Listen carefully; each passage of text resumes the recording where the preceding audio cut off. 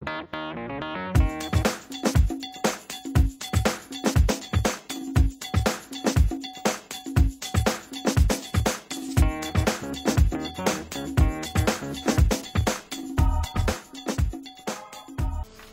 país es este?, preguntan los niños de Tapachula, donde se cierran las escuelas por temor a un ataque de las temidas maras. Nos preguntamos nosotras, las defeñas alejadas del sur, cuando leemos que allá, en la otra punta de la otrora cornucopia de la abundancia, también se mata, explota y trafica con mujeres, y se dan crímenes tan brutales como los del norte, contra hombres y mujeres, muchos de los cuales son como nuestros mojados, aunque tal vez más indios y más pobres, y en todo caso más desdichados, porque están todavía más lejos de la anhelada línea cuyo cruce abre las puertas del reino prometido. ¿Pretenderán las autoridades convencernos algún día de que eso que sucede allá se debe a una invasión imprevista de extranjeros indeseables que nadie podía detener a tiempo? ¿Acaso era imposible imaginar que sociedades destruidas por guerras feroces, por genocidios y represiones bestiales, crearían jóvenes sin futuro, anómicos y destructivos? ¿O acaso por algún imponderable nuestra incapacidad para defender esa frontera y garantizar los derechos humanos de los migrantes y habitantes de esa zona tiene que ser proporcional a la dureza de los gringos para dificultar, que no impedir, el tránsito de personas hacia su territorio? ¿Qué país es este?, preguntemos de nuevo ante los elogios a nuestros heroicos migrantes, cuyas divisas contrarrestan la pobreza de pueblos enteros, de las nuevas Lubinas donde solo viven mujeres y viejos, y que quizá, como en la de Rulfo, no se van de ahí por no dejar atrás a sus muertos. ¿A qué lógica responde el discurso que aplaude nuestros hermanos paisanos porque son nuestro mejor producto de exportación, a la vez que justifica las violaciones a los derechos humanos que les imponen de entrada a sus nuevos patrones?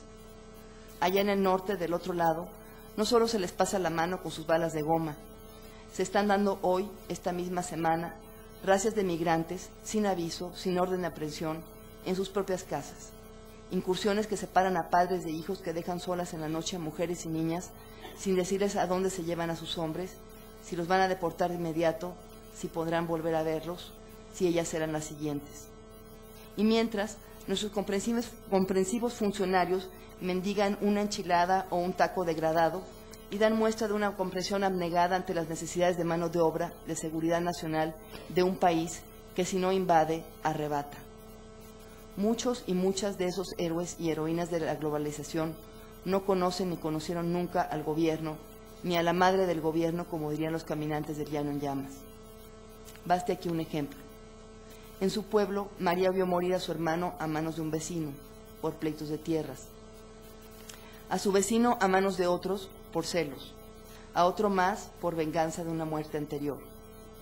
A los asesinos nadie los agarraba, se iban solos y volvían a cabo de unos años. Cuando amenazaron a otro de sus hermanos, la familia de María la emprendió para el norte. Poco a poco todos fueron a parar a Chicago.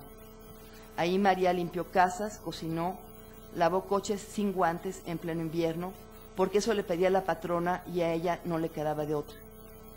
Pagó 2 veces a un abogado para que le arreglara los papeles y al cabo de los años supo que su hijo no podría cursar la universidad, porque aunque llevara más de la mitad de su vida allí, seguía siendo ilegal. ¿Volver a México? Si ya no es de allá, ¿cómo va a hallarse?, me dijo. Como esta hay muchas historias más, pero de esas mejor no hablemos, porque nos dirán que la globalización es imparable y más vale aceptarla y negociar lo que se pueda. La frontera, escribió Fuentes hace unos años, es una herida. Nuestras fronteras hoy son como una rajada purulenta, zonas infectadas de una violencia que va corroyendo la sociabilidad, la cultura, los derechos de quienes viven ahí, dejadas de la mano del centro y de sus gobernantes, como si solo fueran otra parte o ninguna parte. ¿Y qué decir de lo que por tradición no es cualquier parte? Del centro, del ombligo de la nación, o de ese territorio que en las clases de civismo de nuestra infancia definía nuestra nacionalidad. ¿Qué país es este donde tras décadas de luchas feministas la violencia doméstica afecta al 47% de las mujeres, donde todavía a los hombres les molesta o enfurece que sus esposas puedan ganar más que ellos, donde hace apenas 4 años, en un estado de cuyo nombre más vale no olvidarse, se pretendía penar el aborto por violación? ¿Qué respuesta podemos dar a las mujeres que ganan menos que los hombres por el mismo trabajo o que no pueden inscribir a sus maridos en sus seguros de salud a menos que prueben que los mantienen? Y esto no en cualquier changarro de esos tan sonados, sino en el Banco de México, donde en cambio, aunque la esposa trabaje y hasta gane más que él, cualquier señor puede asegurarla sin problemas. ¿Qué imagen de país, por último, nos dan los medios? ¿Por qué tenemos que ver linchamientos en horario estelar? ¿Para que comprobemos que el México bronco no es un invento de políticos ocurrentes? ¿Para que veamos que no hace falta una invasión estadounidense para contemplar la bestialidad como espectáculo? ¿Y qué decir de la publicidad y de las telenovelas que reproducen los estereotipos que las mujeres de carne y hueso negamos a diario? ¿O de las revistas que con pésimos dibujos y peor sintaxis difunden entre jóvenes y adultos historietas sexuales donde la mujer es objeto de uso y desecho y el condón brilla por su ausencia? ¿O de los periódicos sesgados, amarillistas o irresponsables? ¿O qué decir, por último, del autobombo de las distintas instancias del gobierno que en vez de invertir nuestros escasos recursos en proyectos que resuelvan alguno de nuestros más graves problemas, los gastan en anuncios que nos repiten lo bien que están trabajando? Quedarían muchas preguntas más. La extrañeza ante la fragmentación, la violencia, la discriminación, la pobreza, el machismo, la desigualdad, la corrupción, se intensifica con cada nuevo azote de realidad, con cada pregunta, y al mismo tiempo se desgasta. Un exceso de extrañeza amenaza con expulsarnos a la esquizofrenia o al autismo.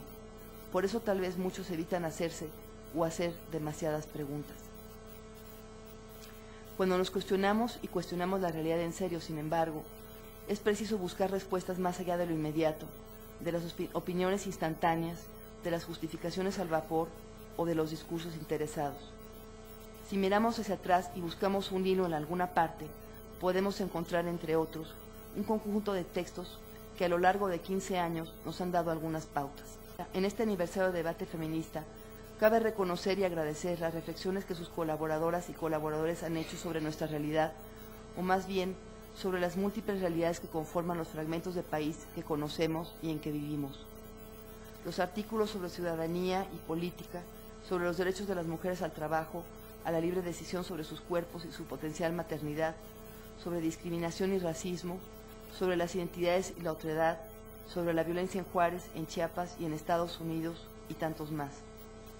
Textos que nos invitan a la reflexión y que en su conjunto van trazando una historia o un conjunto de historias. No la del país entero, tarea imposible, sí la de un grupo de mujeres y hombres capaces de preguntarse y preguntar y de buscar respuestas, así sean modificables o cambiantes por la necesidad misma de seguir pensando.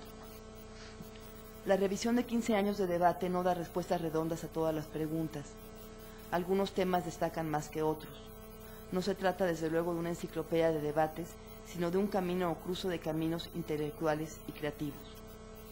Para seguir cultivando esa libertad y diversidad de intereses, quisiera sugerir a partir de estas y otras preguntas, otros debates o la continuación de algunos que ya se dieron en este y otros foros. Replantearnos, por ejemplo, desde la ética, el estado de la política como acción colectiva y como discurso sobre la realidad, ahondar en las causas de las violencias que padecemos de cerca o de lejos y buscar formas de detenerlas, preguntarnos junto con Susan Sontag, por ejemplo, cómo podemos analizar las imágenes de la violencia sin convertirnos en meras voyeurs, ampliar desde nuestra perspectiva las reflexiones que a la luz del 11 de septiembre neoyorquino y de la invasión de Irak hace Butler acerca de la vulnerabilidad del cuerpo como límite a la violencia, y replantear éticamente las relaciones con los otros y otras.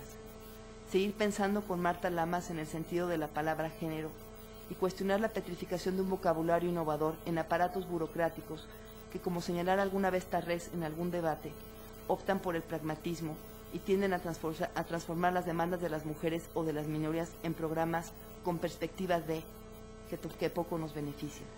Y aquí no estoy de acuerdo tanto con Monsiváis, o sea, se está usando.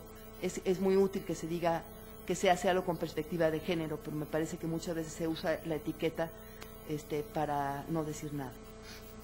Y también para no olvidar que a pesar de todo, desde el cuerpo, desde la mirada, desde la literatura y desde el humor se puede repensar la vida, seguir afirmando y confirmando el poder del pensamiento y de la imaginación para preservar la creatividad, la fantasía y el deseo que nos permiten vivir en este país e imaginar un país, un mundo más habitable. Muchas gracias.